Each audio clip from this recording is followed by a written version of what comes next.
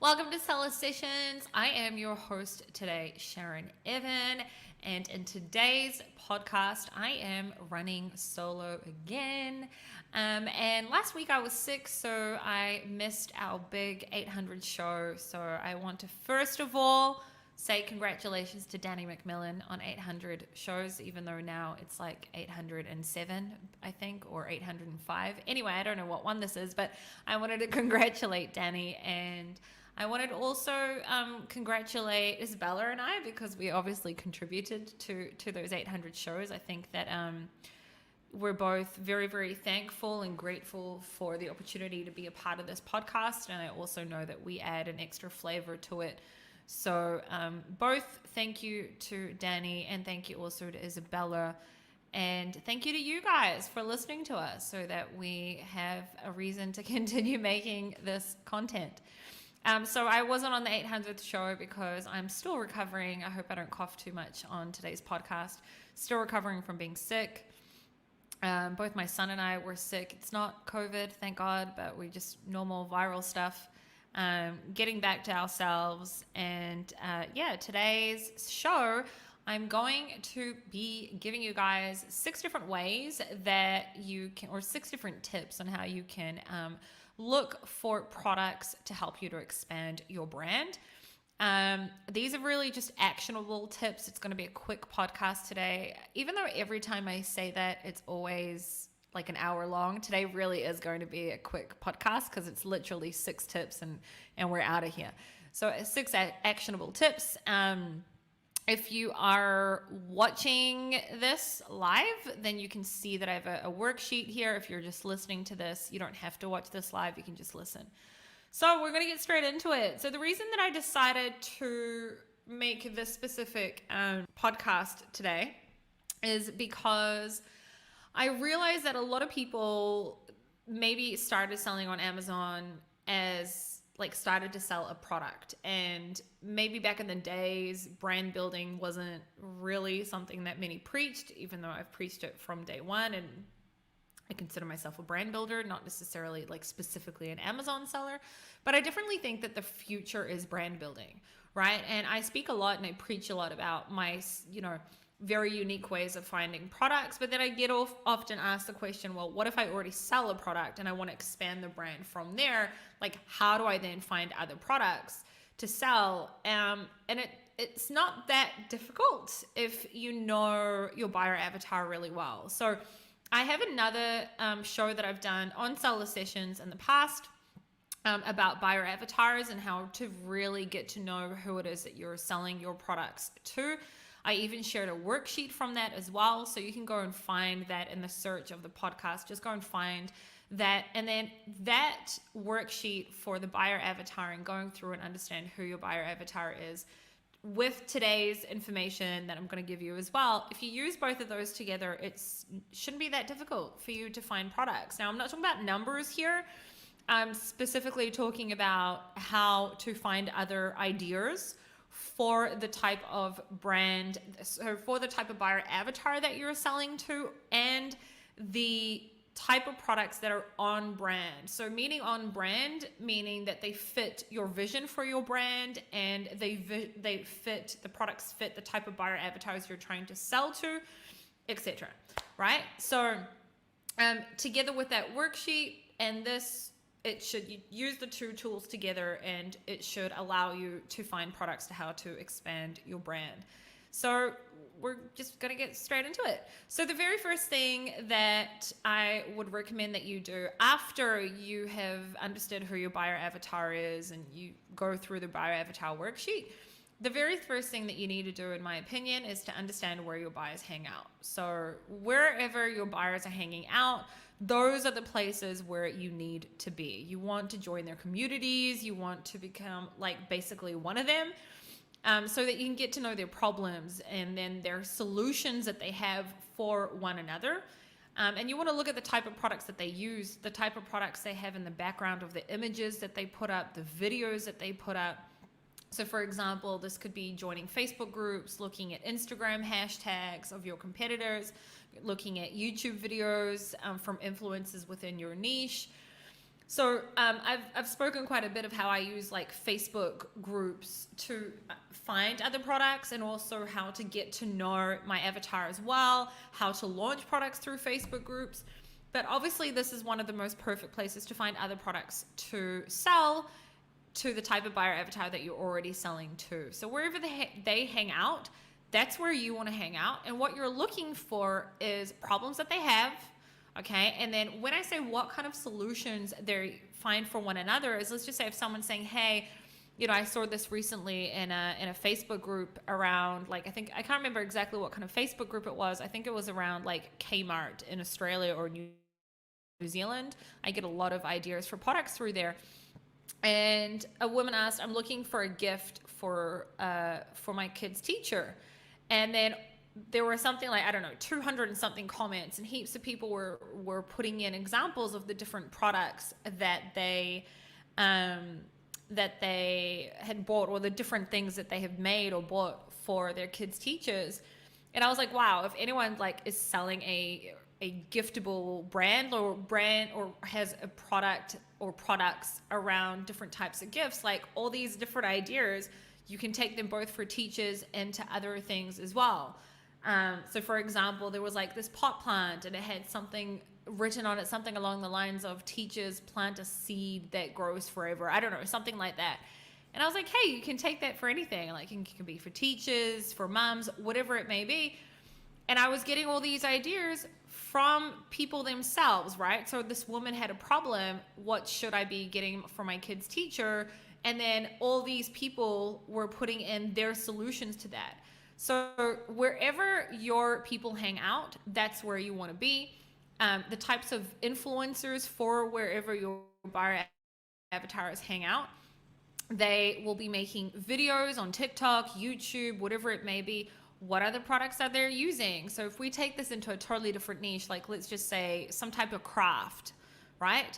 So if you're selling some type of craft products, you can go on YouTube and look at like what type of products influencers are using, and just look at the type of like products they have in the background in the videos or things that they're using. And then you go back to Amazon, you look at keywords, you look at data, etc., and then you start going down the rabbit hole from there. So the very first way to find other products to expand your brand is go wherever your people, your buyer avatar, they hang out, and go down the rabbit hole from there and look at what kind of products they are using. All right, I'm just going to make myself a bit smaller here so you guys can see me. Cool. So you can see what I wrote on the screen I meant. Okay, so who are your competitors on and off of Amazon? So when you look at your competitors' storefronts, so for example, their Amazon storefronts, or you look at blogs, or you look at websites, social media, etc., and then you go and you see what kind of products they serve for that type of buyer avatar. Now, sometimes your competitors on Amazon are like random Chinese sellers that just are opportunists. They just look for an opportunity and they sell random shit that has nothing to do, like the products have nothing to do with one another, right? So if you're trying to build a brand around one specific buyer avatar or one specific type of niche, that doesn't help you. But in many scenarios, your competitors are also brand builders, and you can basically sort of not cheat, but just look at what are the products they are selling and then how you can improve off of that. Because if you've been able to compete against them and done really well with one product, you can probably do that again by consistently being better and coming out with better products, but you can get ideas for the type of products from them. And a lot of the time, your competitors off of Amazon don't sell the type of products that they sell off Amazon on Amazon, and you can get ideas for future products off of Amazon, right? So reading their blogs, looking on their websites, looking at their social media.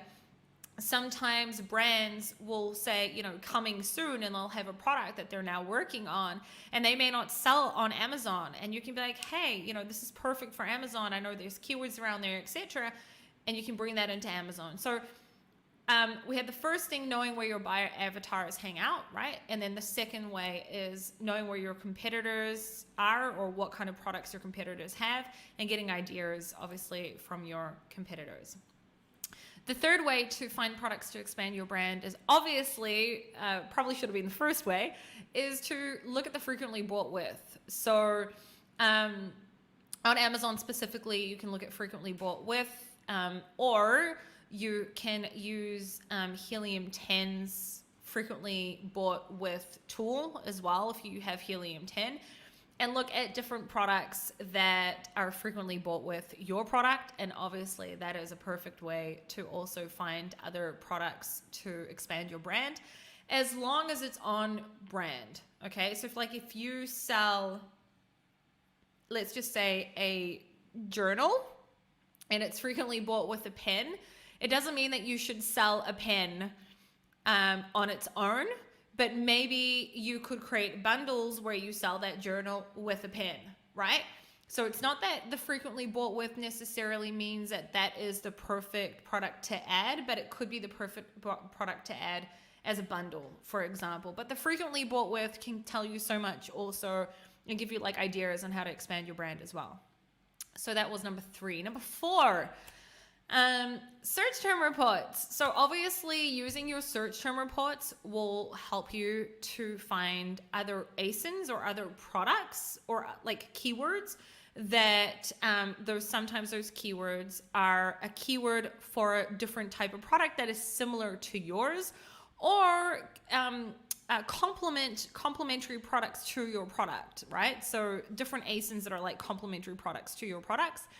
They can be hidden treasures for you, because if you've also been able to convert on those types of keywords and their products that are possibly either similar to yours or complements to yours, then you may be also able to, bring that type of product to market as well.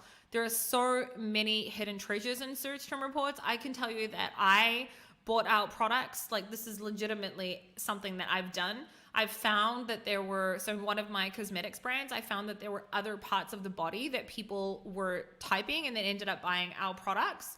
So for the sake of example, I'm just going to say, let's just say someone was typing in, let's pretend, hand cream.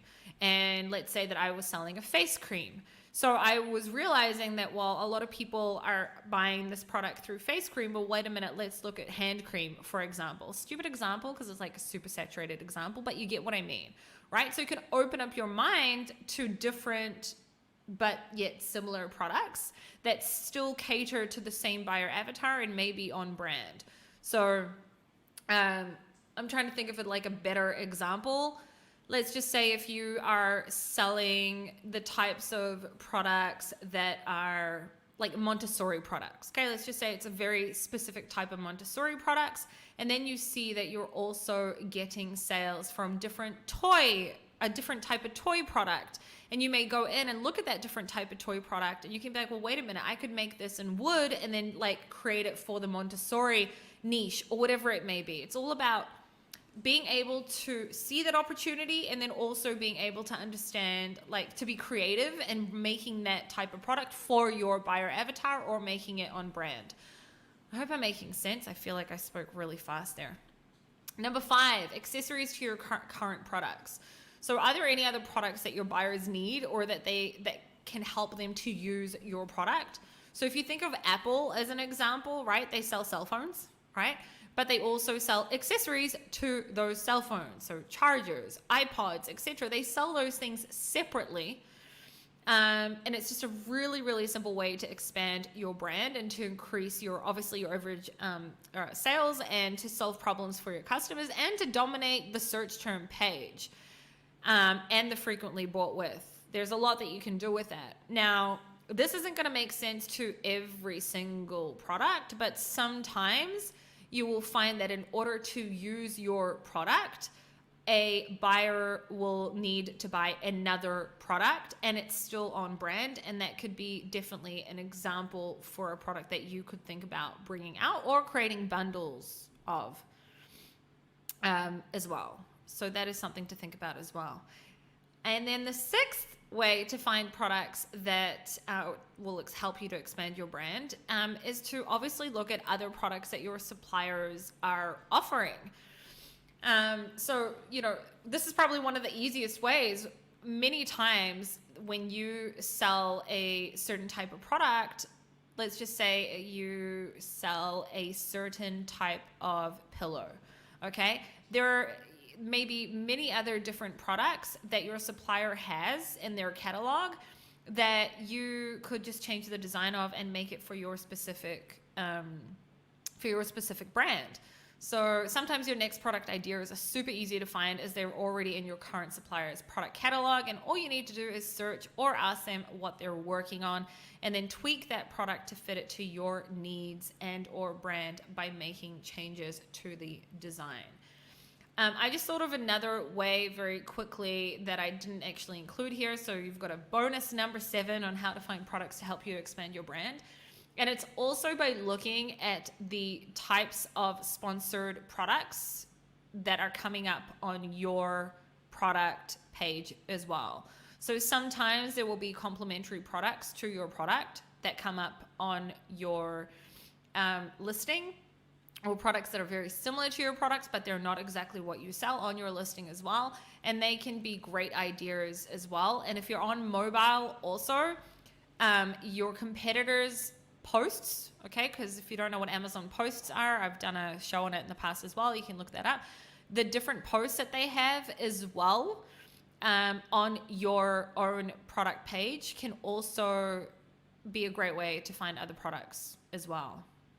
I knew I would be able to keep this one short and sweet. It's not going to be an hour long.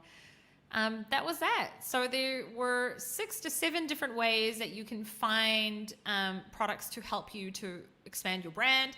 So you would make a list of these things, and then from there you would then go to something like, obviously Amazon, and you'd start looking on there, and then from there you'd start looking at the keywords, you'd start looking at the likelihood of being able to bring this product to market and getting it ranked, or sometimes you are able to cross-sell from your current best sellers, etc. Like you then go down the whole number side of things, looking if it makes sense, and how quick you're going to be able to bring it to market.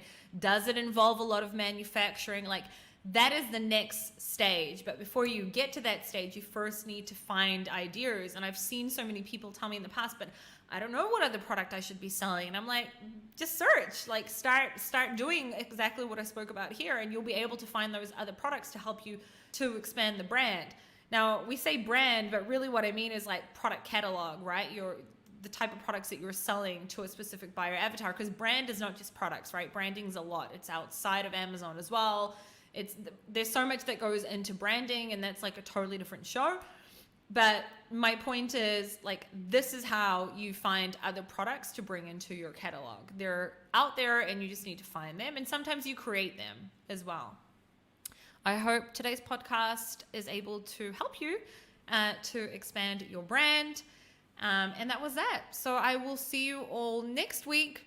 Next week I have on Jamie from the Endgame Network. He's going to be introducing to us Ship Savvy, which I'm really excited about, which is his new software to help you to optimize your containers and your shipping in general.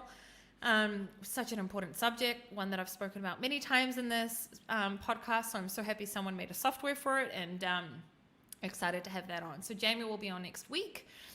Isabella will be back on Monday. Danny will be back on Tuesday, and I will see you all next Thursday. I hope you all have an amazing weekend, and I will catch you all next week.